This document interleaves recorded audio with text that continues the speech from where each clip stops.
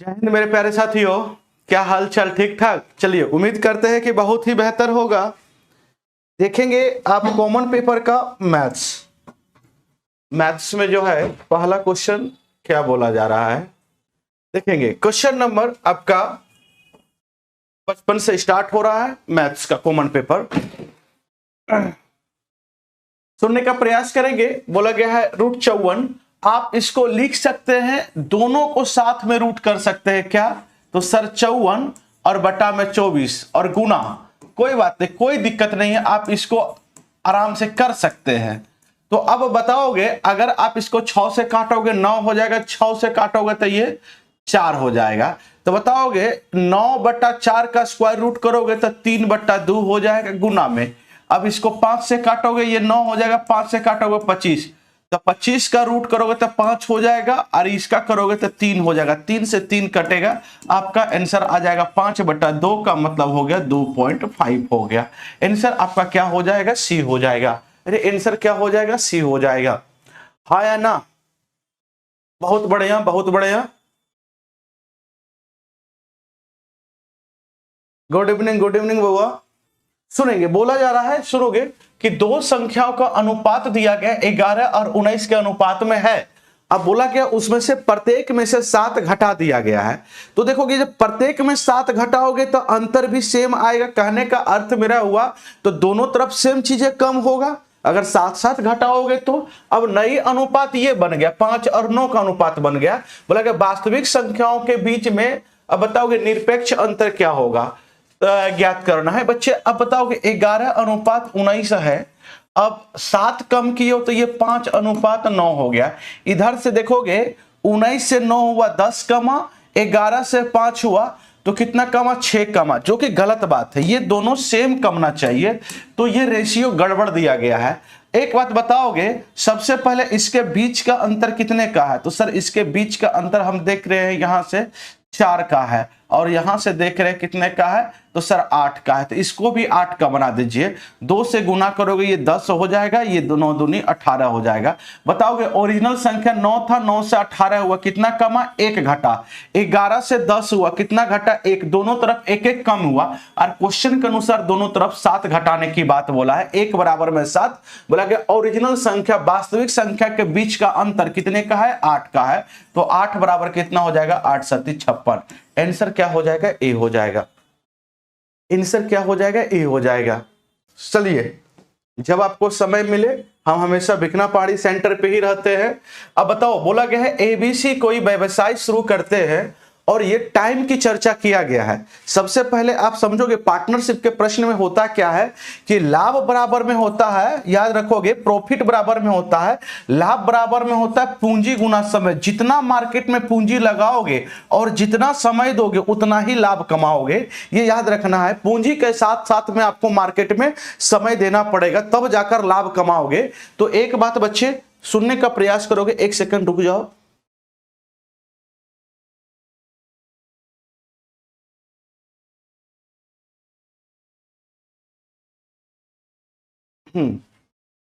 देखोगे ध्यान से, तो एक बात बताओ, एबीसी की बात चर्चा हुई है। ए बी सी 3 पार्टनर है, और तीनों ये 6 मंथ के लिए, 12 मंथ के लिए, 14 मंथ के लिए समय की चर्चा हुआ है। अब एक बात बताओगे, बोला जाता है इनकी लाभ का अनुपात, जो प्रॉफिट का अनुपात है वो कितना है? 5:4:7 है। अब देखो समय का भी अनुपात ले सकते हो, चाहो तो समय का अनुपात भी ले सकते हो। आप 2 से काटोगे 3 हो गया, ये 4 हो गया, ये 2 से काटोगे 6 हो गया, ये 7 हो गया, समय का अनुपात हो गया। एक बात बताओ, पूछा गया है उनके संबंधित निवेशों का अनुपात। निवेश मतलब पूंजी, क्या वो इन्वेस्ट किया है, पूंजी के अनुपात बोला है। तो सबसे पहले पूंजी बराबर क्या हो जाएगा? समय से इधर भाग दे दो, तो पूंजी बराबर में हो जाना है, पूंजी बराबर में हो जाना है, ध्यान से समझो, लाभ बटा समय हो जाना है, लाभ बटा समय हो जाना है। ये बात आप ध्यान रखोगे। तो एक बात बताओ, यहां से जब कैपिटल निकालोगे, कैपिटल मतलब पूंजी निकालोगे, तो लाभ बटा समय, तो लाभ 5 है और समय कितना है? 3 है। यहां से बताओगे 4/6 हो जाएगा, ये हो जाएगा 7/7। ये कटेगा तो 1 हो जाएगा, ये कटेगा 2 से तो ये 2, ये 3। अब आप जान रहे हो ये 5/3, 2/3, 1 है। अब सभी जगह 3 से गुना कर दो ताकि इसके नीचे वाला 3 खत्म हो जाए। तो ये 5 हो जाएगा, ये 2 हो जाएगा, ये 3 हो जाएगा। तो जो कैपिटल, जो पूंजी का अनुपात होगा, जो निवेश किया है, किस अनुपात में? ए ने 5, बी ने 2 और सी ने 3 का निवेश किया है। आंसर आपका क्या हो जाएगा? ए हो जाएगा। आंसर आपका क्या हो जाना? ए। एक बच्चे का आया है, बहुत बढ़िया। श्रीकांत का आया है, वेरी गुड। चलिए आगे बताएंगे। बोला गया 11 का प्रथम 12 गुणजों का औसत क्या होगा? एक बात बताओ, गुणज, एक बात याद रखोगे, औसत में जब दी गई संख्या समान अंतराल में हो तो औसत बीच वाला होता है। पहला कंडीशन अगर बीच वाला दिख जाए तो, नहीं तो जब दी गई संख्या समान अंतराल में हो तो औसत अंतिम संख्या प्लस में, सुनोगे, पहली संख्या प्लस में अंतिम संख्या बटा में 2 होता है। जब दी गई संख्या समान अंतराल में हो तो पहली संख्या, क्या हुआ? पहली संख्या प्लस में अंतिम संख्या बटा में 2 होता है, बटा में 2 होता है। ये जब दी गई संख्या समान अंतराल में हो। अगर बीच वाला नजर आ जाए तो अति उत्तम वाली बात है, बीच वाला नजर नहीं आए तो पहली संख्या प्लस में अंतिम संख्या बटा में 2। 11 का गुणज है, 11 का 12 गुणज। तो एक बात बताओ, 11 का 11, 11, 11 दूनी कितना? तो सर 11 दूनी 22। ऐसे करते करते कहां तक? तो 12 गुणज तक। तो 12 तक जाना है। कहां तक जाना है? तो 12 तक जाना है, 12 तक जाना है। जब 11 का 12 गुणज तो अंतिम संख्या क्या होगा? 12 गुना 11 होगा। 12 गुना 11 होगा तो ये क्या हो जाएगा? तो 2, 3, 1। अंतिम संख्या आपका 132 होगा। पहली संख्या कितना होगा? तो 11 होगा। तो एक बात बताने की प्रयास करोगे, औसत क्या हो जाएगा? तो सर जी औसत जो होगा वो औसत हो जाएगा पहली संख्या प्लस में अंतिम संख्या बटा में 2। पहली संख्या 11 है, अंतिम संख्या 132 है, बटा में 2 है। एक बात बताओगे, 2 और 1 3 हो जाएगा, 4 और 1 बटा में 2, ये 7 हो जाएगा, 1.5। आपका आंसर हो जाएगा 71.5, 71.5 हो जाएगा। क्या बच्चे इसमें कोई परेशानी है तो बताओगे? बहुत बढ़िया विकास, बहुत बढ़िया श्रीकांत, सभी बच्चे का आ रहा है, बहुत बढ़िया, वेरी गुड। एक बात बताओगे, बोला कि ए और बी की आयु का अनुपात 3:1 है। 15 वर्ष के बाद 2:1 हो जाएगा। इनकी वर्तमान आयु बताओ। एक बात बताओ, ए और बी की आयु का अनुपात दिया गया 3:1 है। अब 15 वर्ष के बाद की चर्चा हुई है, क्या हुआ है? इसकी अनुपात 2:1 हो जाएगी। आप जानते हैं एज डिफरेंस हमेशा सेम होता है, एज का जो अंतर होता है वो हमेशा सेम होता है। तो एक बात बताओ, इसकी अंतर कितने का है? सर इसकी अंतर यहां से हम देख रहे हैं 2 का है और यहां से 1 है। इसको भी 2 बनाने के लिए 2 से गुना, 2 दूनी 4 और 1 गुना 2, 2 हो जाएगा। रेशियो में अपने जरूरत के अनुसार किसी भी संख्या से गुना भाग कर सकते हो, कोई प्रभाव नहीं पड़ेगा। आपको जो जरूरत है, मुझे यहां पे जरूरत पड़ा 2 से गुना करने का तो मैंने 2 से गुना किया, कोई दिक्कत नहीं है। बताओगे 1 से 2 हुआ, कितना बढ़ा? 1 बढ़ा। 3 से 4 हुआ, इधर भी 1 बढ़ा। आपने देखा 1 बढ़ा और यहां प्रेजेंट से 15 वर्ष बढ़ा तो 1 की मान हो जाएगा 15। तो बोला कि इनकी वर्तमान आयु, तो 1 की मान 15 तो 3 की मान 45 और 1 की मान 15। तो हमारा जो आंसर आने वाला है 45 और 15। ऑप्शन क्या हो जाएगा? बी हो जाएगा। ऑप्शन क्या हो जाएगा? बी हो जाएगा। बहुत बढ़िया, बहुत बढ़िया श्रीकांत। चलिए एक बात आप मुझे बताओगे, बोला गया चीनी की खपत में 10% की वृद्धि होती है, सॉरी चीनी के कीमत में 10% की वृद्धि होती है और 5 सदस्य का परिवार है, अपने बैग को बढ़ाना नहीं चाह रहा, अपना खर्च वो बढ़ाना नहीं चाह रहा है, सोच रहा है उसी पैसा में हम खा ले।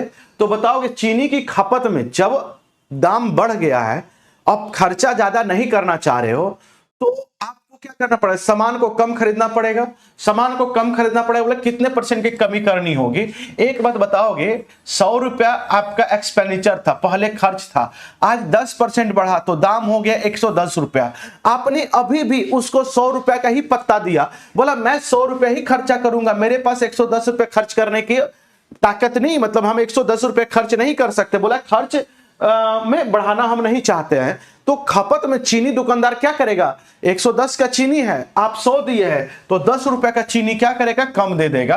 तो 10 का चीनी कम देगा कहां से? तो उसकी दाम ओरिजिनल में हो रखा है 110 और प्रतिशत लगाने के लिए 100 से गुना करोगे, ये 0 कट जाएगा। आप जानते हो जाएगा 100/11%। 100/11% 9.1/11% को रिप्रेजेंट करता है। तो बताओ खपत में कितने का कमी करना होगा? 9.1/11% की। आगे बढ़ो। बोला गया है उस समचतुर्भुज का क्षेत्रफल ज्ञात कीजिए जिसकी परिमाप दिया गया 116, विकर्ण की लंबाई दिया गया है 42 सेंटीमीटर। एक बात बताओ, समचतुर्भुज का क्षेत्रफल जो होता है, रोम्बस का जो एरिया होता है 1/2 पहला विकर्ण गुना दूसरी विकर्ण होता है। क्या होता है? 1/2 पहला विकर्ण गुना दूसरी विकर्ण होता है। तो एक बात बताओगे, समचतुर्भुज की प्रत्येक भुजा बराबर होता है। समचतुर्भुज की प्रत्येक भुजा क्या होता है? बराबर होता है। इसकी जो परिमाप होगा 4 गुना भुजा, क्योंकि प्रत्येक भुजा बराबर है, सभी भुजा ए मान लेते हैं और इसकी परिमाप दिया गया है 116। तो ए की मान हो जाएगा 4 दूनी 8, कितना बचा? 3, 9 चौके 36, 29। तो भुजा हो गया 29। बच्चे एक बात बताओ, विकर्ण जो इसका होता है एक दूसरे को 90 डिग्री पे बराबर भागों में बांटता है। तो एक बात बताओ, विकर्ण एक विकर्ण 42 है, तो आधा आधा हो जाएगा, कितना होगा? तो सर जी 21 हो जाएगा। एक बात बताओगे, 90 डिग्री है और 2 बराबर भागों में बांटा है, तो ये एक बात मुझे बताओगे, अगर ये 21 हुआ, ये बताओगे कर्ण जो है 90 डिग्री सामने वाला कर्ण 29 होता, तो ये कितना होगा? तो एक ट्रिपलेट होता है 20 21 29, 20 21 29, तो 29 आ गया, 21 आ गया, तो ये क्या बचा? 20। इधर 20 है तो इधर भी 20, तो दोनों विकर्ण आ गए। ये विकर्ण 20 20 कितना हो गया? 40, और ये कितना था? तो 42 था। तो एक बात बताओगे, क्षेत्रफल क्या हो गया? 1/2 पहला विकर्ण गुना में दूसरी विकर्ण, पहला विकर्ण गुना दूसरी विकर्ण, इसको काटोगे तो 20 हो जाएगा। 20 गुना 42 करोगे, 0 2 दूनी 4, 4 दूनी 8, 840 सेंटीमीटर स्क्वायर हो जाएगा। आंसर क्या होगा? ए हो जाएगा। आंसर क्या होना? ए हो जाएगा। चलिए बच्चे आगे बढ़ते हैं। आज की ये मैथ्स की लास्ट प्रश्न है। बोला जाता है 16 पुरुष एक कार्य को 12 दिनों में पूरा कर सकते हैं। एक बात बताओगे, 16 पुरुष अगर किसी काम को लगाओगे तो 12 दिनों में पूरा कर दिया, ये टोटल वर्क। अब इसी काम को 12 महिलाओं द्वारा अगर कराओगे तो इसे 32 दिन लगेगा। ये भी टोटल काम हुआ। तो दोनों टोटल काम टी डब्ल्यू मतलब टोटल वर्क, दोनों बराबर हो गया। एक बात बताओगे आप मुझे, क्या हम 12 से 12 कट सकते? जी सर। 16 दूनी 32, ये हो गया। अब m बचा और इधर w, तो m बटा w, तो क्या हो गया? 2/1। आदमी की क्षमता जब बटा में आ जाए तो इफिशियंसी को रिप्रेजेंट करता है, क्षमता को रिप्रेजेंट करता है। तो आदमी एक दिन में 2 काम करता है, तो महिलाएं एक दिन में 1 काम करता है। यहां रख दोगे, टोटल वर्क निकल जाएगा। आदमी एक दिन में 2 काम करता है, एक आदमी, तो 16 आदमी है तो 32 काम करेगा। एक दिन में 16 आदमी 32 काम करेगा, तो 12 दिनों तक काम चला। तो टोटल वर्क कितना हो गया? सर यहां से हो जाएगा 12 दूनी 24, 12 तिया 36, 36 और 2 38, 384 काम हो गया। ठीक है, टोटल वर्क। बोला जाता है कि भाई साहब 16 पुरुष और 16 महिलाओं ने एक साथ काम किया। तो 16 पुरुष और 16 मेल, सुनोगे, 16 मेल और 16 वुमेन लगातार एक साथ काम किया 4 दिनों तक। क्या काम हुआ? एक आदमी 2 काम करता तो 16 आदमी, तो 16 दूनी 32 काम। एक औरत 1 काम, तो 16 औरत 16 काम, और ये काम 4 दिनों तक चला। कितना काम हुआ? तो सर जी 6 2 8 और 3 1 4, 48 गुना 4 कितना हो गया? 8 चौके 32, 4 चौके 16, 16 और 3 आपका 19, 192। तो 384 में 192 घटा दोगे तो ये 2 हो जाएगा। 18 में से 9 जाएगा तो 9 हो जाएगा। 2 में से 1 गए, 192 काम अभी भी बचा है। बोला जाता है देखो भाई साहब, महिलाओं को काम करना बंद कर दिया जाता है। महिलाओं को काम करना क्या कर दिया जाता है? बंद कर दिया जाता है, उसको बंद करा दिया जाता है। और 16 पुरुष और ले आया। 16 पुरुष तो काम कर ही रहा था, 16 पुरुष और आया था। 16 16 32 पुरुष हो गया। कितना हो गया? 32 मेल हो गया। एक बात बताओगे, एक आदमी जो है 2 काम करता है, तो 32 आदमी एक दिन में क्या कर रहा होगा? सर 32 दूनी 64 काम कर रहा होगा। तो जो शेष काम बचा वो कितना दिन लगेगा? तो शेष काम कितना? 192 है, और 64 के हिसाब से अगर काम करता है तो कितना दिन लगेगा? सर जी 3 दिन का समय लगेगा। आपका आंसर, अच्छा प्रश्न था, आंसर क्या हो जाएगा? आपका ए हो जाएगा। चलिए बच्चे, जो कॉमन पेपर का जो मैथ्स था आपका यहीं पे समाप्त हुआ है। रीता का आंसर आया है, बहुत बहुत बहुत बढ़िया। खुशबू का आंसर आया है, श्रीकांत का आंसर आया है, बहुत बढ़िया बुआ, वेरी गुड। चलिए मिलते हैं फिर नेक्स्ट क्लास में। Thank you. अब आपका जो है मेन पेपर मैथ्स और साइंस का क्लास होगा मेरे द्वारा। चलिए इसके बाद जो है सर आ रहे हैं, कॉमन पेपर का जो है आर्ट्स पेपर डिस्कशन कराएंगे सर। क्वेश्चन नंबर 31 जो कि जीएस का फर्स्ट क्वेश्चन है, यहां से हम लोग शुरू करते हैं। भारत में पुर्तगालियों का पहला गवर्नर कौन था? पुर्तगाली जो 1498 में वास्को डिगामा पहला पुर्तगाली था, है ना। फर्स्ट ये कालीकट के तट पे आया था, कालीकट के तट पर। उस समय जो शासक था वहां का वो जमेरिन या जमोरिन, जो भी नाम ले, जमोरिन शासक था। उसके द्वारा उसका वेलकम किया गया था, वास्को डी गामा का। पुर्तगालियों ने, जो गवर्नर की बात होती है तो पहला गवर्नर फ्रांसिस्को डी अल्मेडा था। पूरा नाम इसका था Francisco de Almeida. Correct answer तो सी हुआ। इसने ब्लू वाटर पॉलिसी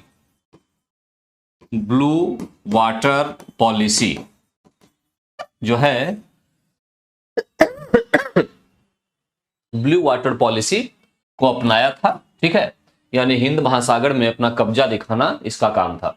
इसके लिए काम किया था de Almeida, Francisco de Almeida ने। अल्बुकर्क जो है ये सेकंड वायसराय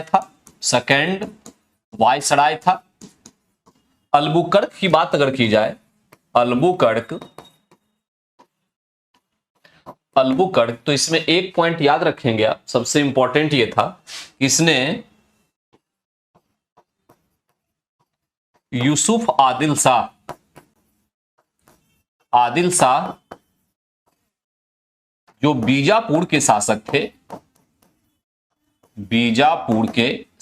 थे से गोवा को छीन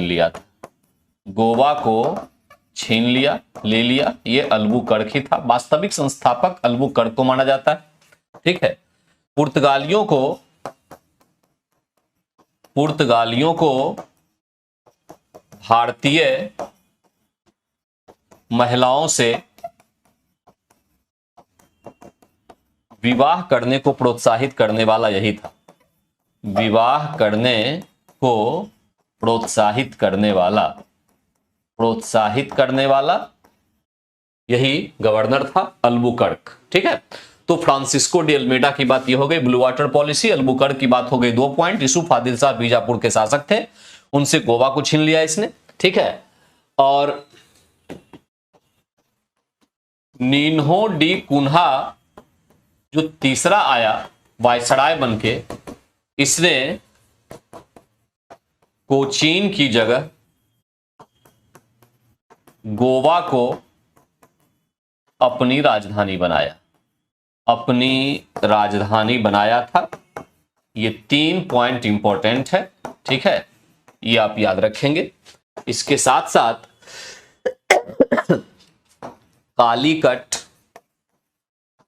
कालीकट में फर्स्ट फैक्ट्री, ठीक है। और कोचीन में फर्स्ट व्यापारिक कोठी की स्थापना की गई थी पुर्तगाली के द्वारा। ये दोनों पॉइंट आपको याद होना चाहिए। तो 31 का जो करेक्ट आंसर हमारे पास निकला वो सी है। 31 का करेक्ट आंसर है हमारे पास सी। आइए क्वेश्चन नंबर 32 पे चलते हैं। क्वेश्चन नंबर 32, एक सूची को दूसरे सूची से मिलाना है। एक सूची को दूसरे सूची से हमें मिलाना है और इसको सही रूप से ऑप्शन चुनना है। कुंवर सिंह बिहार के जगदीशपुर स्टेट के राजा थे। इनकी मृत्यु इनके रिलेटिव के यहां हुई, अपने पूर्वज घर में मृत्यु हुई घायल होने के बाद। बी, तो फर्स्ट का बी निकल के आएगा। नाना साहब ये लड़ाई करते हुए नेपाल चले गए थे, तो यहां पे डी आंसर होगा। नाना साहब के साथ नेपाल जाने में बेगम हजरत महल भी थी। नेपाल पलायन की बात जब आती है तो यहां पे याद रखना है आपको, बेगम हजरत महल, लखनऊ, ये 2 लोग ऐसे थे 1857 की लड़ाई के बाद ये दोनों नेपाल चले गए थे। या तो लोग शहीद हो गए या उनको अरेस्ट कर लिया गया, ये दोनों नेपाल चले गए। बख्त खान जो है 3rd नंबर, ये अवध में अंग्रेजों से युद्ध करते हुए मृत्यु हुई। ई, ये बहादुर शाह जफर का सेनापति बख्त खान, दिल्ली से शुरुआत करते हुए अवध तक। मौलवी अहमदुल्ला अंग्रेजों के सबसे बड़े दुश्मन, उबेन के राजा के द्वारा इनकी हत्या कर दी गई थी, तो सी हो गया। और रानी लक्ष्मीबाई ग्वालियर अंग्रेजों से लड़ते हुए मृत्यु हो गई, तो यहाँ पे ए आ जाएगा। ह्यूरोज था उस टाइम पे, यहाँ सेनापति ह्यूरोज अंग्रेज का, ठीक है, ह्यूरोज के समय। तो यहां पर कुल मिला के हमारे पास हीरोज की मृत्यु हुई थी, लक्ष्मीबाई से लड़ते हुए। BDECA करेक्ट आंसर आपके पास सी निकल के आ रहा है। अगर हम देखें तो 32 का करेक्ट आंसर हमारे पास सी निकल के आ रहा है, ठीक है। यहां पे मौलवी अहमदुल्ला के बारे में 2 पॉइंट आपको याद रखना है। एक तो अंग्रेजों ने 50,000 का इनाम रखा था इस पे, ठीक है।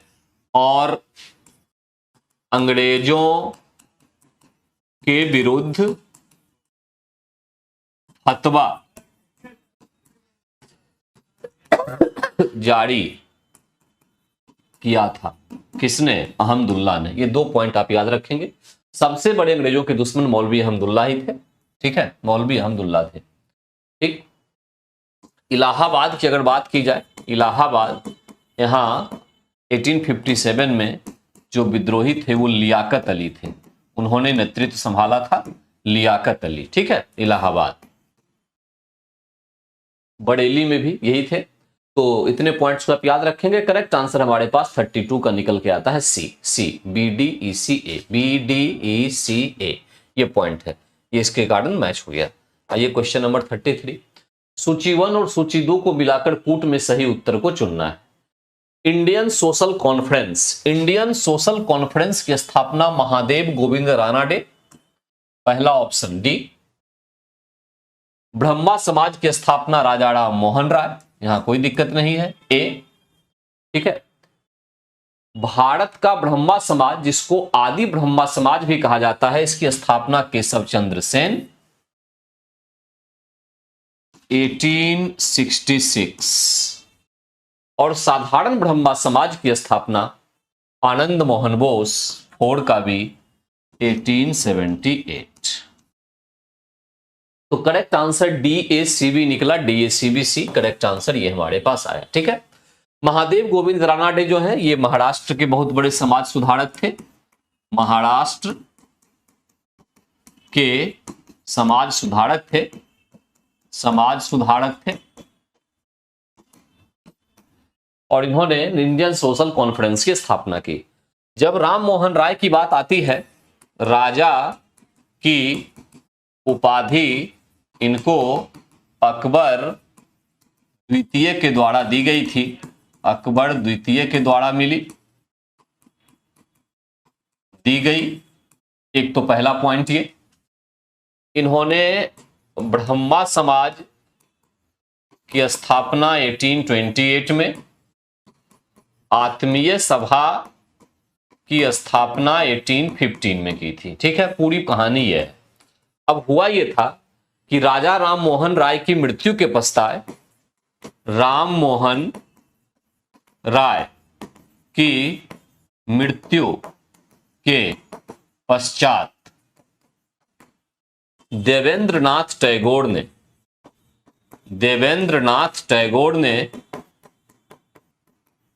ने ब्रह्मा समाज का नेतृत्व किया देवेंद्रनाथ टैगोर ने, ठीक है। इन्होंने, देवेंद्रनाथ टैगोर ने तत्वबोधिन समाज की स्थापना की थी 1839 में, ये भी आप याद रखेंगे, देवेंद्रनाथ टैगोर। बाद में चल के क्या हुआ, देवेंद्रनाथ टैगोर और केशव चंद्र सेन में लड़ाई हो गई। लड़ाई होने के बाद देवेंद्रनाथ टैगोर ब्रह्मा समाज के ही प्रमुख रह गए और केशव चंद्र सेन ने ब्रह्मा समाज से अलग होके आदि ब्रह्मा समाज का निर्माण किया, जो बाद में भारत का ब्रह्मा समाज कहलाया या भारतीय ब्रह्मा समाज के नाम से जाना गया। तो केशव चंद्र सेन। आगे चल के फिर क्या हुआ, केशव चंद्र सेन और आनंद मोहन बोस के बीच लड़ाई हो गई और फिर एक बार भारत का ब्रह्मा समाज डिवाइड हो गया और यहां से निकल के एक साधारण ब्रह्मा समाज की स्थापना आनंद मोहन बोस के द्वारा की गई, है ना।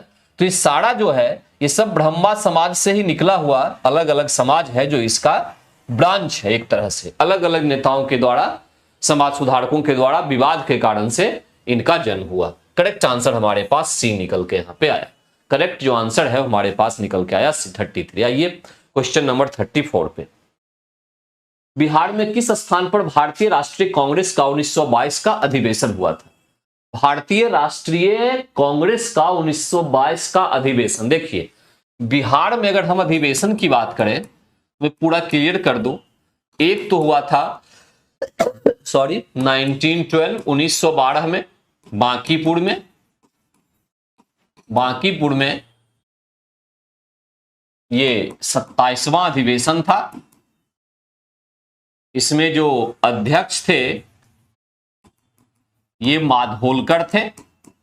माधोलकर महासचिव जो थे, प्रथम पे क्वेश्चन इस पे आता है इसलिए सच्चिदानंद सिन्हा और स्वागत समिति के अध्यक्ष जो थे, स्वागत समिति के अध्यक्ष ये थे मजहरुल हक। ये हो गए, ठीक। 1912। अब आते हैं 1922, 10 साल के बाद, 27 के बाद गया में ये 37वां। इसके जो अध्यक्ष थे, अध्यक्ष वो थे चित्तरंजन दास। यहां एक बात मैं एक्स्ट्रा बता दूं, 1921 में अहमदाबाद में सम्मेलन हुआ था कांग्रेस का, ठीक है। 36वां ही होगा क्योंकि 22 से पहले 21 था। इसमें चित्तरंजन दास जो अध्यक्ष थे, अध्यक्ष वो जेल में थे। तो उस समय अध्यक्ष की भूमिका अजमल हाकिम खां या हाकिम अजमल खां, कुछ ऐसा नाम था। अजमल हाकिम खां, हाकिम अजमल खां, यही नाम था कुछ, इन्होंने निभाई थी। तो यहां पर क्वेश्चन याद रखना है, अगर कभी ये आ जाए कि चित्तरंजन दास जब कांग्रेस के अध्यक्ष बने तो जेल में थे, वो कौन सा था? तो वो अहमदाबाद का था 1921 का। कंफ्यूज कभी नहीं करना 1922 के साथ, कभी कभी लोग कंफ्यूज कर गए हैं और गलत करके आ गए। 1922 में चित्तरंजन दास बाहर थे और उन्होंने अध्यक्षता की थी, ठीक। और तीसरा एक जो सम्मेलन हुआ था वो हुआ था 1953 में, 1940 में हुआ था, और ये रामगढ़ में हुआ। रामगढ़ ये 53वां था, 53वां। अध्यक्ष कौन थे? अबुल कलाम आजाद। अभी ये रामगढ़ कहां है? अभी रामगढ़ वर्तमान में झारखंड में है, उस समय बिहार में था, झारखंड में है, ठीक है। तो इस तरह से करेक्ट जो हमारे पास आंसर निकल के आ रहा है वो क्या निकल के आ रहा है कि भारतीय राष्ट्रीय कांग्रेस का जो अधिवेशन हुआ था वो एक्चुअली में गया में हुआ था। वो जो अधिवेशन था वो मुख्य रूप से गया में हुआ था।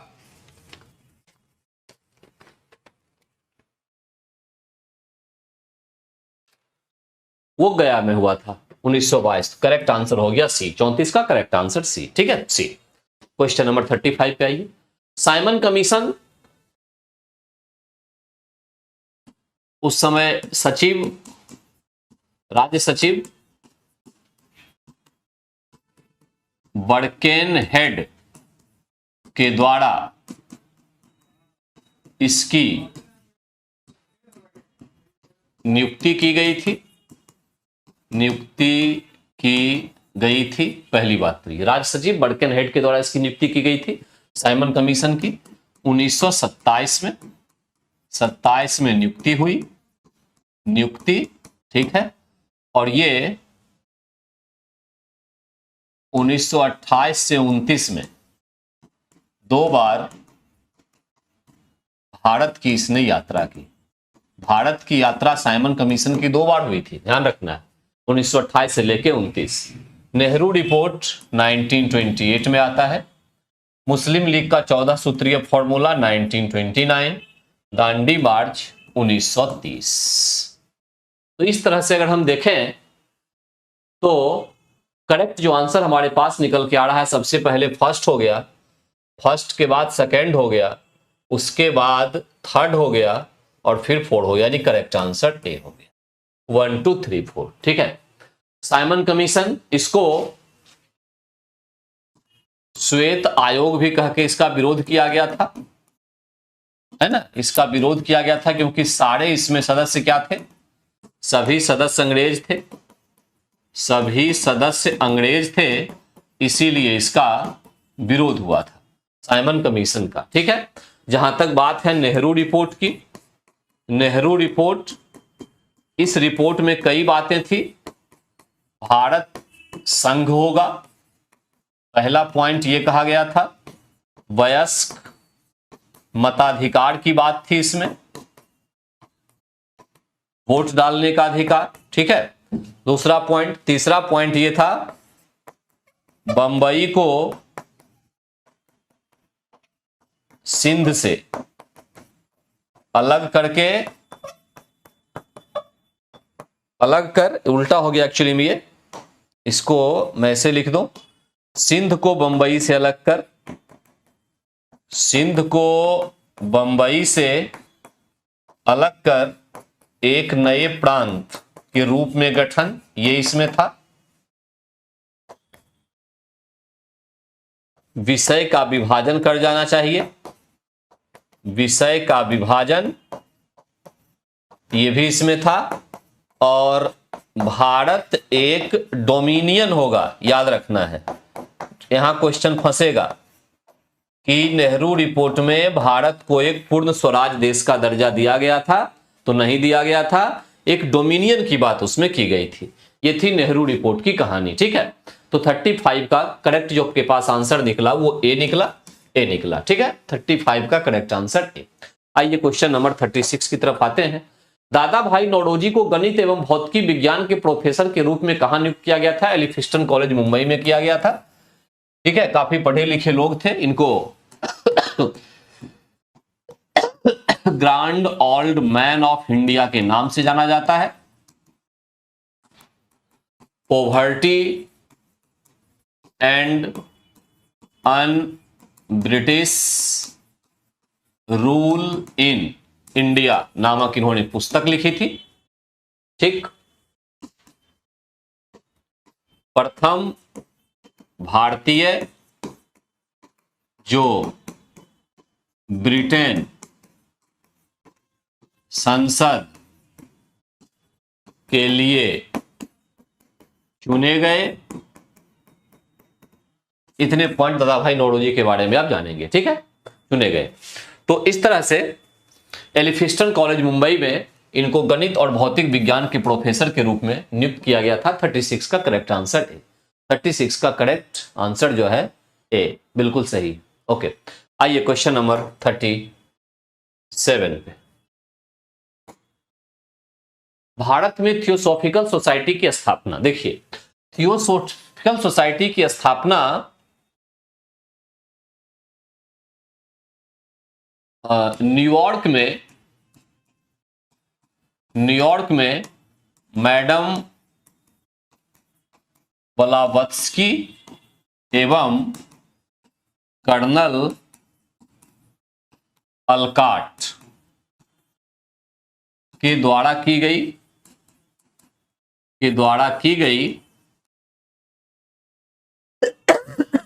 शुरुआत तो यहीं से हुई। भारत में जो है इसका जो अंतरराष्ट्रीय ऑफिस है, इंटरनेशनल ऑफिस, अड्यार मद्रास में खोला गया, ठीक। और मद्रास में जब खोला गया तो यहां पर जो प्रमुख बनी इसकी, भारत में जो प्रमुख बनी इसकी, भारत में प्रमुख वो थी एनी बेसेंट, ये इसकी प्रमुख थी, ठीक है। और इन्होंने ही फिर आगे चल के इसको फैलाया। क्या था थियोसॉफिकल सोसाइटी की थ्योरी, क्या थी, सिद्धांत क्या था इसका? थियोसॉफिकल सोसाइटी जो है यह पुनर्जन्म, मैं जो पॉइंट लिख रहा हूं उसको याद से समझना है, एवं कर्म में विश्वास करने वाली संस्था थी, पहली बात। और दूसरी बात, बाल विवाह, जाति प्रथा का विरोध किया था इसने, एवं विधवाओं, जो महिला विधवा हो जाती थी, को सहायता करना इस संगठन का मुख्य काम था। ठीक है, और इसने भारत की आजादी में बहुत महत्वपूर्ण भूमिका निभाई थी। ठीक, आगे चल के यहां ध्यान रखना है कि एनी बेसेंट के द्वारा सेंट्रल हिंदू कॉलेज की स्थापना भी की गई थी। सेंट्रल हिंदू कॉलेज की जो है स्थापना की गई 1898 में। ठीक है, और बाद में यही सेंट्रल कॉलेज जो है ये बनारस हिंदू यूनिवर्सिटी के नाम से फेमस हुआ, हिंदू विश्वविद्यालय बना, जिसमें महत्वपूर्ण भूमिका निभाई किसने, तो मदन मोहन मालवीय ने, मदन मोहन मालवीय। ठीक है, महत्वपूर्ण भूमिका मालवीय ने महत्वपूर्ण भूमिका निभाई थी। ठीक, तो इस तरह से करेक्ट जो आंसर हमारे पास निकला अड्यार मद्रास 37 जो है उसका करेक्ट आंसर बी। आइए क्वेश्चन नंबर 38 पे, वह कौन सा आंदोलन था जिसमें कृषक एवं छात्रों ने एक साथ भाग लिया था। ये क्वेश्चन कई बार आया है। ठीक है, इसमें से सविनय अवज्ञा में भी, असहयोग में भी, भारत छोड़ो एक से अधिक। ठीक है, ये सारे जो थे इस सब में कृषक और छात्रों ने भाग लिया। भारत छोड़ो आंदोलन में याद होगा कि छात्रों की भागीदारी, जो पटना सचिवालय कांड है जिसमें 7 स्टूडेंट शहीद हो गए थे, सचिवालय कांड ये बड़ा ही फेमस कांड है ना। 7 जो स्टूडेंट थे वो जो शहीद हो गए, ये एक्चुअली में था, और पूरे देश में छात्रों ने और कृषकों ने इसमें भाग लिया था भारत छोड़ो आंदोलन में। ठीक है, तो इस तरह से 38 का करेक्ट जो आंसर है हमारे पास निकल के आ रहा है डी। 38 का करेक्ट जो आंसर है हमारे पास निकल के आ रहा है डी। आइए क्वेश्चन नंबर 39 की ओर, केंद्रीय जांच ब्यूरो के नए संयुक्त निदेशक कौन बने हैं। करंट अफेयर का क्वेश्चन है, केंद्रीय जांच ब्यूरो के नए संयुक्त निदेशक, तो करेक्ट आंसर क्या होगा 39 का V Chandrasekhar. V Chandrasekhar correct answer जो है वो होगा B Chandrashekhar.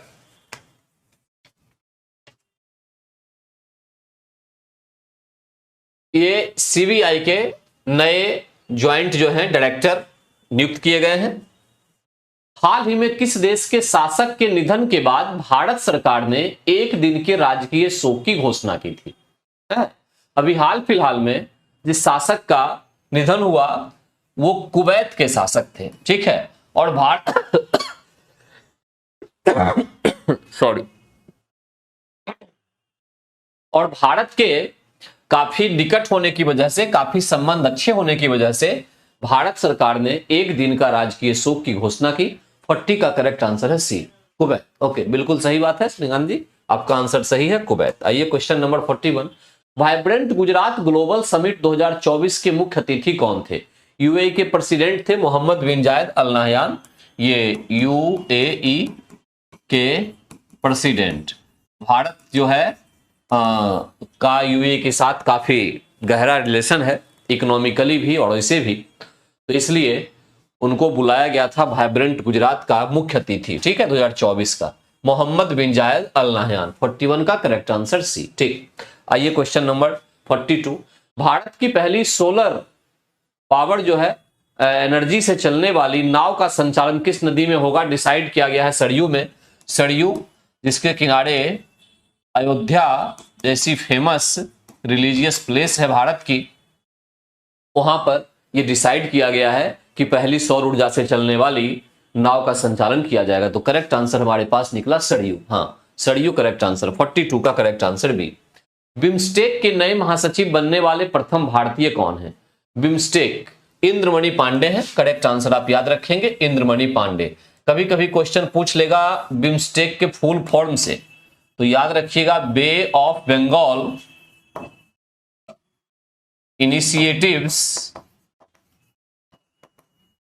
Initiatives for multi sectoral technical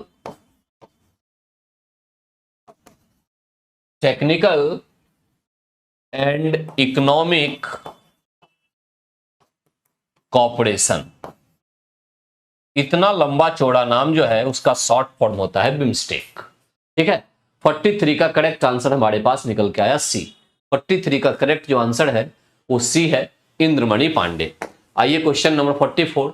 75वें Aamby award में सर्वश्रेष्ठ ड्रामा सीरीज का खिताब जीतने वाली जो जीता है वो व्हाइट लोटस ने जीता है। व्हाइट लोटस, सफेद कमल, इसको दिया गया है 75वें एम्मी अवार्ड का सर्वश्रेष्ठ ड्रामा सीरीज। 44 का correct answer C.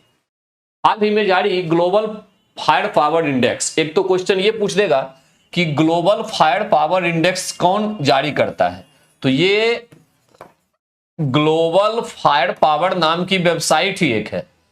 Fire power नामक वेबसाइट है, ये वेबसाइट के द्वारा जारी किया जाता है, एक्चुअल बात यह है। ठीक है, और इसमें से भारतीय सेना को दुनिया में चौथा स्थान मिला है, दूसरा स्थान दिया गया है रूस को, तीसरा चीन को और फर्स्ट अमेरिका को दिया गया है। फर्स्ट जो है यूएसए, चौथे नंबर पे इंडिया को रखा गया है। ठीक है, 45 का सी। ऑस्ट्रेलियन ओपन 2024 में पुरुष एकल का खिताब किसने जीता, तो जैनिक सिनर ने, इटली के जैनिक सिनर। और महिला एकल, फटाफट बताइए, महिला एकल का खिताब किसने जीता? महिला एकल का खिताब किसने जीता?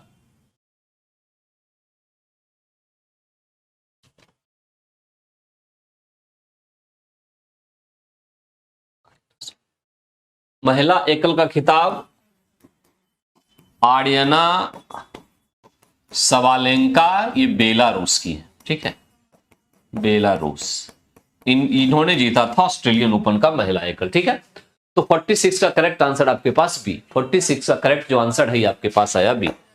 47, सह्याद्री को किस नाम से जाना जाता है? करेक्ट आंसर है बी, पश्चिमी घाट के नाम से जानते हैं सह्याद्री को। ठीक है, सह्याद्री जो है इसको पश्चिमी घाट के नाम से जानते हैं। पश्चिमी घाट के बारे में थोड़ा सा पॉइंट याद कर लें। पश्चिमी घाट ये जो है ये ताप्ती के मुहाने से कन्याकुमारी तक 1600 किलोमीटर लंबी है, फैली हुई है पश्चिमी घाट। ठीक है, और इसको सह्याद्री तो कहते हैं। इसमें एक पॉइंट और याद रखेंगे आप कि ये कोई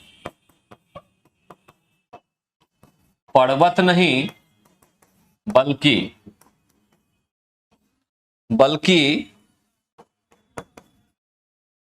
फॉल्ट स्कार्प या भ्रंश घाटी का उदाहरण है। कौन? पश्चिमी घाट। ठीक है, ये 2 पॉइंट आपको पश्चिमी घाट का याद रखना पड़ेगा।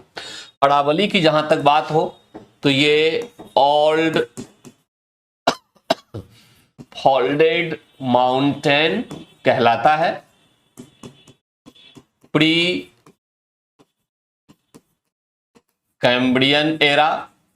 कैम्ब्रियन काल में इसका निर्माण हुआ। गुरु शिखर जो माउंट आबू के पास है, माउंट आबू गुरु शिखर सबसे ऊंची चोटी है। अरावली की ऊंची चोटी है। यह गुजरात से दिल्ली तक फैली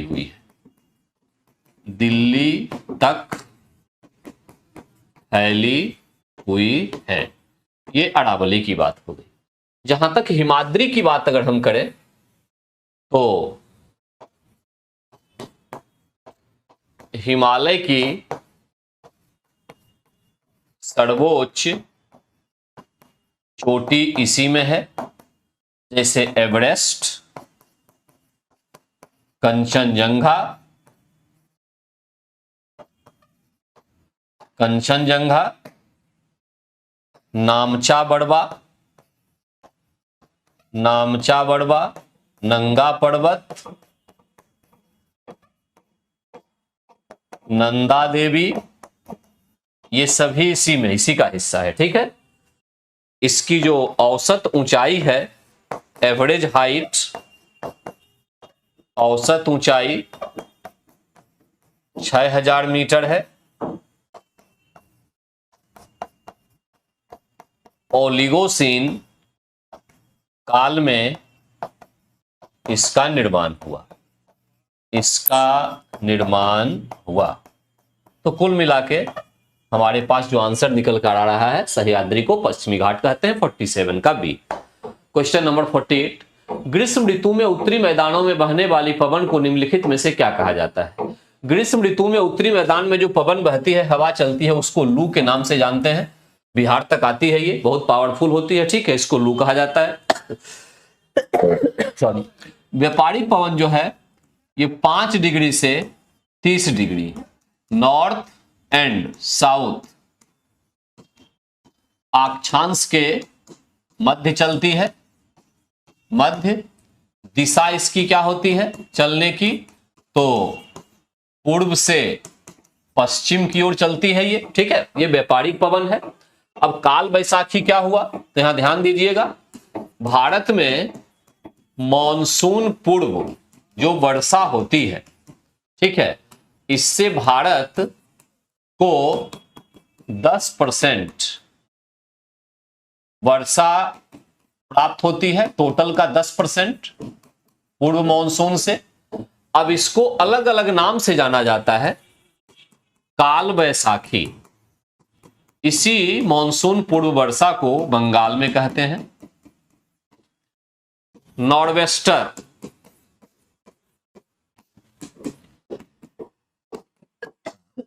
ओडिशा में कहते हैं, इसी को मैंगो सॉवर आम्र वर्षा केरल में कहा जाता है, कॉफी सावर और चेरी ब्लोजम कर्नाटक में कहा जाता है। तो ये सब जो है ये मानसून पूर्व वर्षा का नाम है। ठीक है, ये ध्यान रखेंगे इतना, मानसून पूर्व वर्षा काल बैसाखी। करेक्ट आंसर 48 का निकल के आया सी, 48 का सी। ठीक है, ओके। आइए क्वेश्चन नंबर 49 पे, लौह अयस्क किस प्रकार का संसाधन है? लौह अयस्क किस प्रकार का संसाधन है? बहुत सिंपल क्वेश्चन है। आयरन और क्या है, एक समय के बाद समाप्त हो जाएगा निकालते निकालते। तो कोयले के जैसा ये भी क्या है, नॉन रिन्यूएबल या अनवीकरणीय। करेक्ट आंसर यहां पर क्या निकला, बी, अनवीकरणीय। आयरन ओर का एग्जाम्पल अगर हम देखें तो जैसे कि haematite Fe2O3, magnetite Fe3O4, siderite FeCO3, iron pyrite FeS2। ये सभी आयरन के ओर्स यानी अयस्क। इनसे लोहे को इजिली और चीफली प्राप्त किया जाता है या निकाला जाता है। ठीक है, haematite, magnetite, siderite, iron pyrite. ठीक, कहने का मतलब ये हुआ, ये एक लौह अयस्क जो है अनवीकरणीय है। नवीकरणीय की बात करें तो जिसका उपयोग लंबे समय तक हो तथा समाप्त होने की संभावना नहीं हो। समाप्त होने की संभावना भविष्य में ना हो, तो ये हमारा कहलाएगा नवीकरणीय। जैसे क्या हो गया, सोलर एनर्जी, सौर ऊर्जा, पवन ऊर्जा जिसको कहते हैं, विंड एनर्जी, जिसको हम कहेंगे टाइडल एनर्जी, ज्वारीय ऊर्जा, टाइडल एनर्जी, ज्वारीय ऊर्जा, जियोथर्मल कहेंगे, हिंदी में भूतापीय ऊर्जा, भूतापीय ऊर्जा, ठीक है, ये सब होगा। तो करेक्ट आंसर यहां पर निकल के आया बी, 49 का करेक्ट आंसर बी। अनवीकरणीय कौन लोहा 50। सूची 1 को सूची 2 से मिलाना है। देखिए ये कुछ झील का नाम है और किस प्रकार के झील हैं। अष्टमुडी जो है ये अनूप या पश्च जल का उदाहरण होता है केरल में, इसमें फर्स्ट लगाइए। भीमताल जो है ये एक टेक्टोनिक प्लेट के टकराने से बनने वाली झील है, तो थर्ड लगाइए। टेक्टोनिक से वुलर झील का भी निर्माण हुआ है, वुलर झील जो कश्मीर में है, ये भी आप याद रखेंगे, टेक्टोनिक वाला ही है वो। और उसके बाद आपके पास लोनार जो है ज्वालामुखी पहाड़ी वाला है 4, और गोहन जो है ये भूस्खलन वाला है यानी 2। तो 3124 करेक्ट आंसर आपके पास निकल के आया बी। करेक्ट आंसर जो है वो आपके पास निकल के आया बी। यहां कुछ झील जैसे चिल्का का नाम आप याद रखें अगर, तो ये भारत की सबसे बड़ी लैगून झील है, भारत की सबसे बड़ी लैगून झील है, ये आप याद रखेंगे। एक और लैगून झील का नाम आपको याद रखना है पुलिकट, पुलिकट ये भी लैगून झील है, लैगून झील है, और ये आंध्र प्रदेश तथा तमिलनाडु की सीमा पर है, तमिलनाडु की सीमा बनाता है, तमिलनाडु की सीमा पर स्थित है, ठीक है। लैगून झील का उदाहरण है एक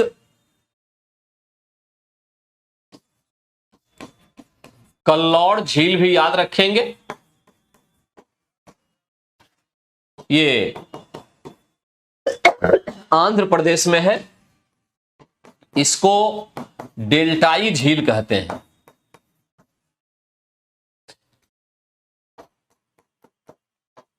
गोदावरी कृष्णा डेल्टा के मध्य यह झील पाई जाती है, ठीक है। कोल्लूर झील भी कहेंगे, कल्लौर, या इसको कोल्लूर भी कह सकते हैं, कोल्लूर, कोल्लूर, ठीक है, ये नाम है झील।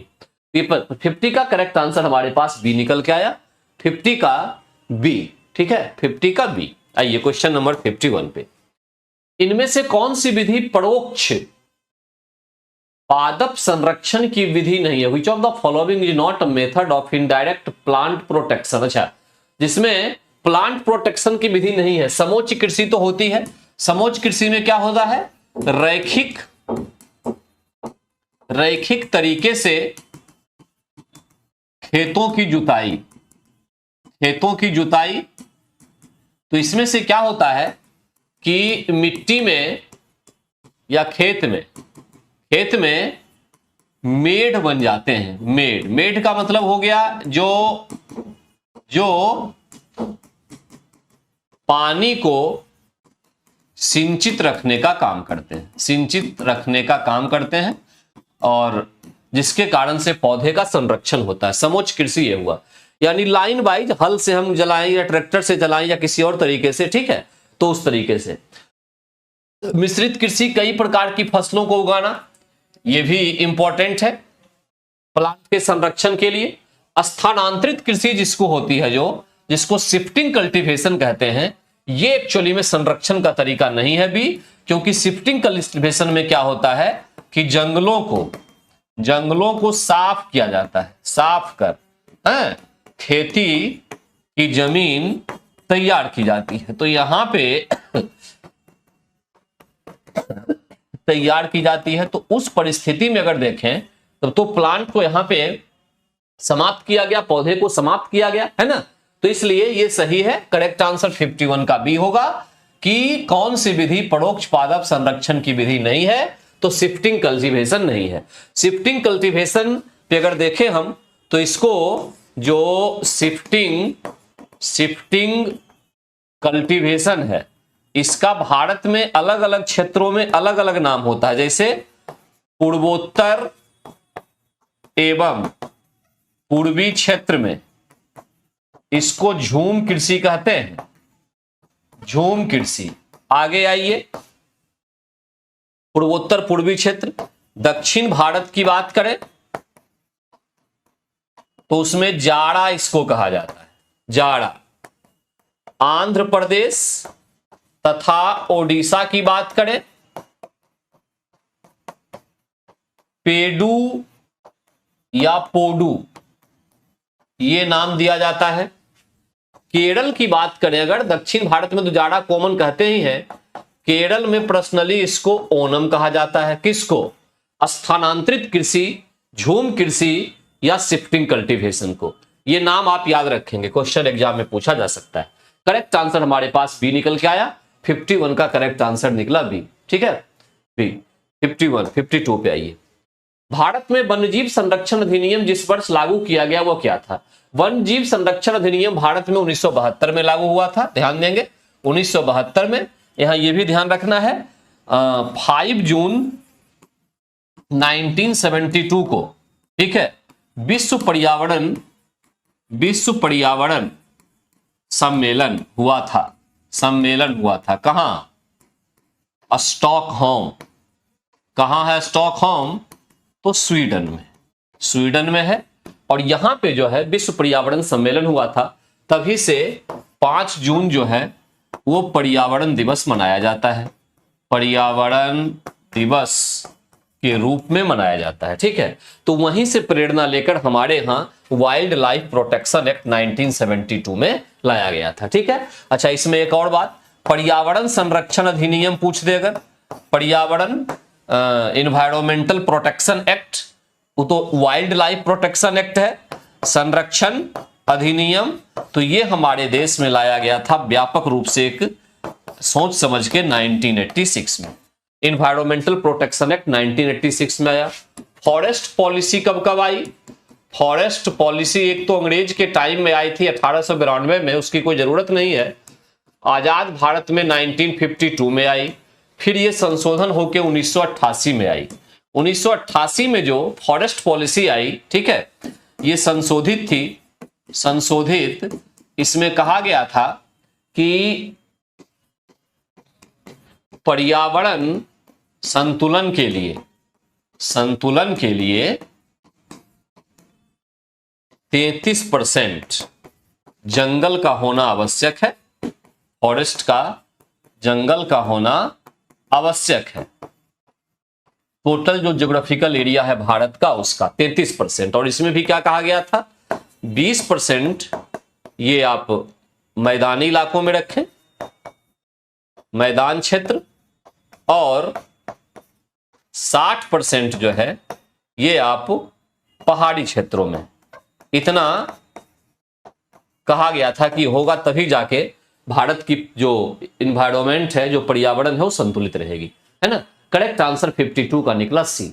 सी जो है 52 का करेक्ट आंसर है। ठीक, 52 का करेक्ट आंसर सी। 53 पे आइए। सूची 1 को सूची 2 से सम्मिलित करना है, जरा ध्यान से देखिए। गारो कहां? मेघालय में। ठीक, तो ये तो 1 हो गया। अब मेघालय में गारो के साथ खासी नाम की जनजाति भी होती है और जयंतिया भी होती है। ये पहाड़ी भी है, ये भी ध्यान रखेंगे आप। उसी नाम पे गारो, खासी, जयंतिया, ये सभी कहां? मेघालय में। मीरी कहां की है? अरुणाचल प्रदेश की है। थर्ड आएगा इसमें, मीरी अरुणाचल प्रदेश। अरुणाचल प्रदेश में और क्या होता है? मिसमी। मिसमी ये अरुणाचल प्रदेश की है। ठीक है, बड़खा भी शायद एक होता है, ये भी अरुणाचल प्रदेश में ही होता है। ठीक, कोल्लई मलाई कहां? तमिलनाडु। सेकेंड आप रखेंगे इसमें से। और तमिलनाडु में एक टोडा जनजाति होती है। टोडा पूरे दक्षिण भारत में भी होती है, तमिलनाडु में प्रसिद्ध है। दालमा झारखंड में हो गई फोर्थ। और झारखंड में तो इसे हो, संथाल, मुंडा,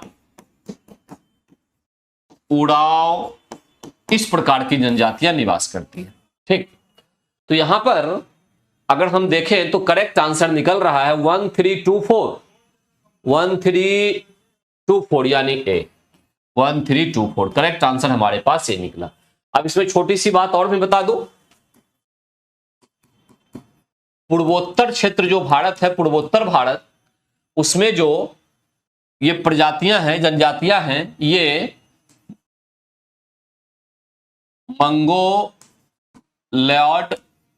मंगोलॉयड प्रजाति है, उससे संबंधित है, मंगोलॉयड प्रजाति से। ठीक है, पूर्वोत्तर भारत में। दक्षिण भारत एवं द्वीपीय क्षेत्र, मैं जब द्वीपीय क्षेत्र लिख रहा हूं आइसलैंड, तो अब मान के चलिए अंडमान निकोबार लक्षद्वीप, इस सब में निग्रिटो प्रजाति के जनजातियां निवास करती हैं। ठीक है, अब उसके बाद बच गया आपके पास मध्य पश्चिमी तथा पूर्वी भारत। तो यहां पर जो है प्रोटो ऑस्ट्रेलॉयड प्रजाति जो है मोटा मोटी उसकी जनजातियां निवास करती है। तीनों आप याद रखेंगे। पूर्वोत्तर भारत में मंगोलॉयड प्रजाति हो गई, पूर्वोत्तर भारत जो चीन से लगा हुआ है, ठीक है, मंगोलॉयड। दक्षिण भारत एवं द्वीपीय क्षेत्र में निग्रिटो प्रजाति हो गई। मध्य पश्चिमी और पूर्वी भारत में प्रोटो ऑस्ट्रेलॉयड प्रजाति हो गई। करेक्ट आंसर 53 का निकला ए। ठीक है, 1324। आइए क्वेश्चन नंबर 54। भारत के निम्नलिखित में से किन राज्यों में थारू जनजाति निवास कर रही है? थारू मुख्य रूप से उत्तराखंड और उत्तर प्रदेश में निवास कर रही है। यह क्वेश्चन पहले आ जाता, उसी में कुछ ज्यादा है नहीं। उत्तराखंड और उत्तर प्रदेश जो है, करेक्ट आंसर 54 का सी होगा, है ना, सी। इसमें जो है थारू जनजाति निवास कर रही है, और तो इसमें ज्यादा कुछ बताने लायक है नहीं चीज। 54 का करेक्ट आंसर आपके पास आ गई सी। ठीक है, सी। बिहार का जो नेपाल से सटा हुआ इलाका है, खास करके पश्चिमी चंपारण, वहां भी थारू जनजाति रहती है। ठीक है, बिहार में भी, कहां? पश्चिमी चंपारण में। चंपारण जो नेपाल से सटा हुआ इलाका है, नेपाल में भी कुछ मात्रा में पाई जाती है थारू। ठीक, तो 54 का करेक्ट आंसर। कपड़ा फैक्ट्री में कपड़ा फैक्ट्री तथा पोर्टलैंड सीमेंट में इसका निर्माण होता है। ठीक है, उपयोग होता है। ये तो जिप्सम हो गया। प्लास्टर ऑफ पेरिस जो है, ये फायर सेफ्टी रूफ जो होते हैं या मकान होते हैं, उसमें प्लास्टर ऑफ पेरिस का उपयोग किया जाता है। और किसी ये जो डॉक्टर वगैरह प्लास्टर किया करते हैं, वो भी प्लास्टर ऑफ पेरिस से ही यूज होता है। इसका जो केमिकल फॉर्मूला है वो होता है CaSO4 इंटू हाफ H2। ठीक है, ये आपका प्लास्टर ऑफ पेरिस हो गया। इप्सम जो है ये होता है MgSO4 इंटू 7H2O, इसको हम इप्सम के नाम से जानते हैं। तो करेक्ट आंसर यहां पर CaSO4 2H2O क्या है? तो जिप्सम है। करेक्ट आंसर 63 का हमारे पास बी आया। 63 का करेक्ट आंसर हमारे पास आया बी। आइए 64 में, आतिशबाजी में अलग अलग रंग डिफरेंट कलर इन फायरवर्क्स में दिखते हैं। निम्नलिखित में से कौन सा धात्विक लवण आतिशबाजी में हरे रंग की उत्पत्ति के लिए जिम्मेदार है? बेरियम से हरा रंग निकलता है। ठीक है, कैल्शियम जो है ना, इससे ईंट जैसा लाल रंग निकलेगा अगर हम इसको जलाएंगे तो, ईंट जैसा लाल। ठीक है, सोडियम से गोल्डन येलो यानी सुनहरा पीला रंग निकलेगा, सुनहरा पीला। ठीक है, स्ट्रोंशियम जो होगा, स्ट्रोंशियम इससे लाल रंग निकलेगा। ठीक, पोटेशियम जो होगा, पोटेशियम इससे वायलेट, बैंगनी या वायलेट कलर निकलेगा। ठीक, पोटेशियम। तो इस प्रकार से हम देखते हैं कि करेक्ट जो आंसर हमारे पास 64 का है वो आ रहा है बेरियम ए। ये पॉइंट सब याद आप रखेंगे, क्वेश्चन आपके एग्जाम में निकल के आ जाएगा। ठीक है, करेक्ट आंसर जो है 64 का वो आपके पास आया ए। ठीक है, आइए क्वेश्चन नंबर 65 पे। निम्न में से कौन सी मेटल यानी धातु केवल अल्ट्रावायलेट वेव्स या रेडिएशन की प्रतिक्रिया पर अपने पृष्ठ से इलेक्ट्रॉन का उत्सर्जन करती है। देखिए पहली बात ये पॉइंट कहां से उठाया, तो एक टॉपिक होता है साइंस का फोटो इलेक्ट्रिक इफेक्ट, है ना, इसको कहते हैं प्रकाश वैद्युत प्रभाव। प्रकाश वैद्युत प्रभाव इसको कहा जाता है, ठीक है, फोटो इलेक्ट्रिक इफेक्ट। इस प्रकाश वैद्युत प्रभाव में क्या होता है, जिसकी खोज प्लांक्स के द्वारा की गई, प्लांक्स के द्वारा 1901 में, और व्याख्या इसकी की गई आइंस्टीन के द्वारा। आइंस्टीन के द्वारा इसकी व्याख्या की गई थी 1905 या 6 में, ठीक है। आइंस्टीन को नोबेल प्राइज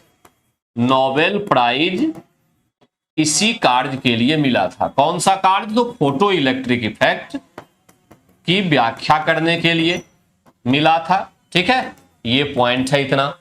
अब फोटो इलेक्ट्रिक इफेक्ट से क्या होता है, इससे प्रकाश की कणीय प्रकृति की व्याख्या होती है। ये सब में पॉइंट लिखवा रहा हूं, एग्जाम का क्वेश्चन है। यानी पार्टिकल नेचर ऑफ लाइट को एक्सप्लेन करने वाली कौन सी घटना, तो फोटो इलेक्ट्रिक इफेक्ट। इतने पॉइंट होते हैं फोटो इलेक्ट्रिक इफेक्ट पर। अब इसका मतलब क्या होता है, किसी भी मेटल प्लेट पर, धातु की प्लेट पर, ठीक है, जब लाइट गिराई जाएगी तो इसमें से इलेक्ट्रॉन निकलेगा। इस घटना को फोटो इलेक्ट्रिक इफेक्ट या प्रकाश वैद्युत प्रभाव कहते हैं, कि जब मेटल प्लेट पर लाइट गिराई जाएगी तो उस पर से निकलेगा इलेक्ट्रॉन। लेकिन यहां क्वेश्चन पूछ रहा है कि कौन सा एकमात्र मेटल ऐसा है जिस पर लाइट नहीं, अल्ट्रा वायलेट लाइट गिराई जाएगी तब उसमें से इलेक्ट्रॉन निकलेगा। एक्सेप्शनल चीज हो गया, ये आपको याद रखना है, और ये होता है जिंक। तो करेक्ट आंसर आपके पास निकला 65 का सी, जिंक। करेक्ट आंसर निकला 65 का जिंक, ठीक। करेक्ट आंसर निकला 65 का सी, यानी जिंक इसका होता है, ठीक है। आइए क्वेश्चन नंबर हम लोग चलते हैं 65 के बाद 66 पे। 66 पे, जब कैथोड किरणें उच्च आणविक भार के लक्ष्य से टकराती है तो वो क्या उत्सर्जित करती है। देखिए याद रखिएगा, कैथोड रेज यानी नेगेटिव रेज, है ना, इलेक्ट्रॉन का बीम नेगेटिव रेज हो गया। ये कैथोड रेज है तो नेगेटिव है, नकारात्मक, धनात्मक नहीं है, ऋणात्मक, ये ऋणात्मक रेज है। तो जब ये कैथोड रे स्ट्राइक करेगी किसी हाई मोलेकुलर वेट को, तो इस कैथोड रे से प्रोड्यूस होता है एक्सरे। सीधा आपके एग्जाम में क्वेश्चन ये भी पूछा जाएगा कि कैथोड रे से क्या प्रोड्यूस हम कर सकते हैं। जब वो किसी हाई मोलेकुलर वेट टारगेट को स्ट्राइक करे तो कैथोड रे के स्ट्राइक से हमें एक्सरे मिलता है, एक्सरे मिलता है। यहां एक्स का मतलब क्या होता है, एक्सरे में एक्स का मतलब क्या होता है, एक्स का मतलब होता है अननोन। अननोन यानी हम इसके बारे में जानते नहीं है कि क्या है, इसी को एक्सरे कहते हैं। क्योंकि जब वैज्ञानिक ढूंढ रहे थे तो ढूंढते ढूंढते जो उनको मिला उसको नहीं ढूंढ रहे थे, ढूंढ कुछ और रहे थे, मिल गया कुछ और, तब उसको कह दिया एक्स। एक्स मतलब अननोन होता है यहाँ, ठीक है, ये ध्यान रखिएगा। अब यहां पर अल्फा बीटा और गामा की भी चर्चा हुई है। ये रेडियो सक्रिय पदार्थ या रेडियो एक्टिव सब्सटेंस, जो भी लिखिए, से निकलती है। क्या निकलती है, अल्फा। और ये क्या होती है, पॉजिटिव चार्ज होती है इसमें, ये हीलियम पार्टिकल्स होती है। अल्फा क्या है, हीलियम का कण है और पॉजिटिव चार्ज। बीटा क्या है, ये नेगेटिव चार्ज है, क्योंकि ये क्या है, ये है फास्ट मूविंग इलेक्ट्रॉन, ऐसा हम लिख सकते हैं इसको, फास्ट मूविंग इलेक्ट्रॉन। काफी तेज गति से चलता हुआ इलेक्ट्रॉन है, ये चलता हुआ इलेक्ट्रॉन है, ठीक है, इलेक्ट्रॉन है। तो इस तरह से ये हो गया बीटा। और गामा क्या है, ये तो विद्युत चुंबकीय तरंग होती है, इलेक्ट्रोमैग्नेटिक रेडिएशन, रेडिएशन। विद्युत चुंबकीय तरंग, विद्युत चुंबकीय तरंग कुल 7-8 प्रकार की होती है। इसमें से गामा, एक्सरे, लाइट, ये सब इलेक्ट्रोमैग्नेटिक रेडिएशन है। इस पर कोई आवेश नहीं होता, कोई आवेश नहीं होता। इसका मतलब एक्स रे पे भी कोई चार्ज नहीं होगा, गामा पे भी कोई चार्ज नहीं होगा, बीटा पे नेगेटिव, अल्फा पे पॉजिटिव। 66 का करेक्ट जो आंसर है वो सी। 66 का करेक्ट जो आंसर है वो सी। गुड इवनिंग सर, डेली इसी टाइम क्लास नहीं, ये सैटरडे और संडे को केवल 5:30 बजे होती है, और अदरवाइज अगर आपको आना होगा तो आपको मंडे टू फ्राइडे मॉर्निंग में आना पड़ेगा 9:15 बजे, 9:15 पे, ठीक है प्रियंका, उस टाइम पे आना होगा। ये क्लास अब खत्म होने वाली है, 67 पे आएगी। समुद्र में निम्न में से कौन सी ऊर्जा पाई जाती है? देखिए, नाभिकीय ऊर्जा तो समुद्र में रहेगी नहीं, वो तो न्यूक्लियर एनर्जी होगी, है ना, तो कट गया। नाभिकीय जहां जहां है काटिए, फर्स्ट भी काटिए, नाभिकीय थर्ड भी काटिए। ज्वारीय टाइडल एनर्जी, समुद्र वेव की वेव एनर्जी, और समुद्र की तापीय एनर्जी। करेक्ट आंसर क्या निकला? बी। ये सभी किसमें होती है? ये सभी पाई जाती है समुद्र में। समुद्र में पाई गई 3 प्रकार की ऊर्जा, ज्वारीय, समुद्र तरंगीय और समुद्र तापीय ऊर्जा, ठीक है। इसमें से ह्यूमन के लिए जो सबसे आसान है एनर्जी प्राप्त करना, वो ज्वारीय है। तरंग वाला और समुद्र तापीय थोड़ा मुश्किल है, इसकी टेक्निक अभी उतनी विकसित नहीं हो पाई है। ज्वारीय वाले में कुछ कुछ प्रयास किया जा रहा है। तो 67 का करेक्ट आंसर हमारे पास क्या निकल के आया? बी। बी जो है 67 का करेक्ट आंसर। आइए क्वेश्चन नंबर 68। जो ममल्स होते हैं उसका उद्भव किस काल में हुआ? ममल्स की बात कह रहा। देखिए, पहली बात तो ये कि ट्रायसिक, क्रिस्टेशियस और जुरेसिक, ये तीनों जो है ना, ए, बी एंड सी ऑप्शन, ठीक है, ये मेसोजोइक एरा से संबंधित है। मेसोजोइक जो कल्प होता है, मेसोजोइक काल, इसके 3 पार्ट किए गए हैं, ट्रायसिक, जुरेसिक और क्रिस्टेशियस। ट्रायसिक काल्स जो है, इसमें ममल्स की उत्पत्ति हुई थी। ममल्स, पहली बात ये, ठीक है, मेढक, कछुआ, छोटे छोटे कछुए थे, अभी बड़े नहीं हुए थे, तथा सरीसृप जिसको कहते हैं, आप उसको इंग्लिश में रेप्टाइल्स भी कह सकते हैं, रेप्टाइल्स, ठीक है। इन सब की उत्पत्ति ट्रायसिक एज में हो चुकी थी। ट्रायसिक छोटे जो समय है उसमें हो गया था, ठीक है। ये तो बात हो गई ट्रायसिक की। क्रिस्टेशियस जो है, इसमें एंजियोस्पर्म, आवृतबीजी, आवृतबीजी का मतलब होता है जिस पौधे का बीज ढका हुआ हो, अंदर हो। आवृतबीजी एंजियोस्पर्म पौधे का विकास हो गया था, पौधे का विकास यहां पर हो चुका था, ठीक है। साथ ही साथ बड़े कछुए का विकास भी यहां पे हो चुका था, कछुए का विकास। ये दोनों कहां पे हुआ? क्रिस्टेशियस में हुआ, ठीक है। तो ममल्स पूछ रहा है तो ट्रायसिक में आंसर निकल ही गया, पहले मैंने बता ही दिया। अब अगर जुरेसिक की बात मैं करूं तो जुरेसिक में जैसा कि आप जानते हैं, डायनासोर जैसे विशाल जीव आए थे। डायनासोर, एक तो ये याद रखेंगे, उसके बाद ये याद रखेंगे कि जल यानी समुद्र में, नभ यानी आकाश में, और पृथ्वी है, तीनों जगह जीवों की उत्पत्ति हो चुकी थी। जीवों की उत्पत्ति इस काल में हो चुकी थी, उत्पत्ति इस काल में हो चुकी थी। और दूसरा क्या? पुष्प वाले पौधे की उत्पत्ति भी इसमें हो गई थी, उत्पत्ति इसमें हो गई थी। तो कुल मिला के ये जो हमारा मेसोजोइक एरा है, ये 3 हिस्से में बटा, ट्रायसिक, क्रिस्टेशियस और जुरेसिक। जो ममल्स हैं, ये आस्तनधारी हैं, उनका जो जन्म हुआ, जो विकास हुआ, वो ट्रायसिक काल में हुआ था, ठीक है, मेढक, कछुआ और रेप्टाइल्स के साथ साथ, ठीक। तो 68 का करेक्ट आंसर हमारे पास ए आएगा, 68 का करेक्ट आंसर आएगा ए।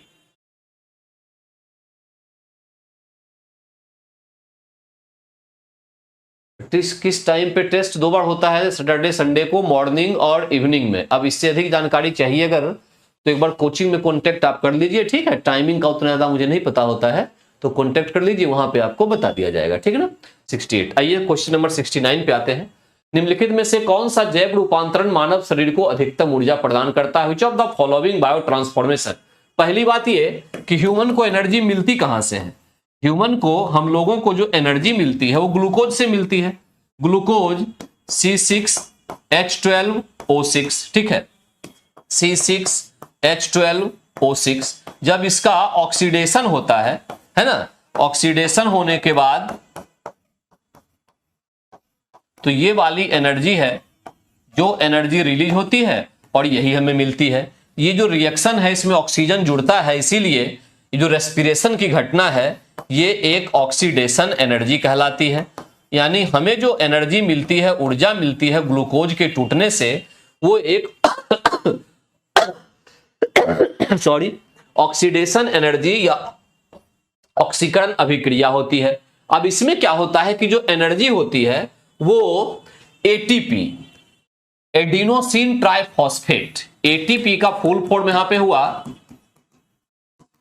एडिनोसिन ट्राइफॉस्फेट, ट्राइफॉस्फेट, ठीक है। ये कन्वर्ट होता है एडीपी में, एडीपी, एडिनोसिन डाइफॉस्फेट, डाइफॉस्फेट, और फिर ये एएमपी, एडिनोसिन,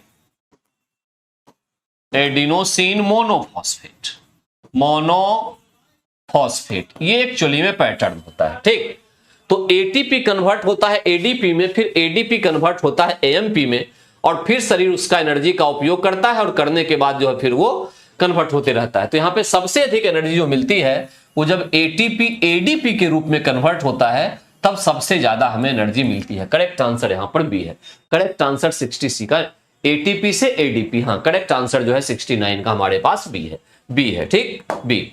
और सबसे लास्ट में 70 रतौंधी, ये विटामिन ए की कमी से होता है। 4 रिकेट्स, विटामिन डी कहां गया? फर्स्ट। अस्कर्बी, विटामिन सी सेकेंड, और बेरी बेरी, विटामिन B1 या बी थर्ड। तो 4 1 2 3, 4 1 2 3, करेक्ट आंसर क्या निकला? सी, ठीक है, सी। अब समझिए, विटामिन ए को रेटिनॉल के नाम से भी जानते हैं, रेटिनॉल। विटामिन डी को कहते हैं कैल्सीफेरॉल, कैल्सीफेरॉल भी कहा जाता है। विटामिन सी को एस्कॉर्बिक, एस्कॉर्बिक एसिड कहा जाता है। और विटामिन B1 जो है, B1 को थायमीन कहते हैं, थायमीन। B12 को साइनोकोबाल एमीन के नाम से जाना जाता है, ठीक। इतने पॉइंट्स आपके पास हैं, इतना तो आप याद रखेंगे, इसमें कहीं कोई डाउट नहीं होनी चाहिए। एक बात और ध्यान रखिएगा कि विटामिन की खोज फंक के द्वारा की गई थी, ये आपको पता होगा। वैसे फंक ने की थी। Vitamin B and C water soluble होता है, वाटर सोल्यूबल, जल में घुलनशील, ठीक है। और जो विटामिन बच गया ए डी ई के, है ना, ए डी ई के, ये सब फैट सोल्यूबल होता है, फैट में घुलनशील होता है, ठीक है। वाटर सोल्यूबल, जल में घुलनशील, ये होता है फैट में घुलनशील, ठीक है। इतना याद रखेंगे। तो आज की क्लास को हम यहीं पे ओके करते हैं। अगले क्लास में फिर मिलेंगे कॉमन पेपर कल सुबह मॉर्निंग में 9:15 पे, ठीक है।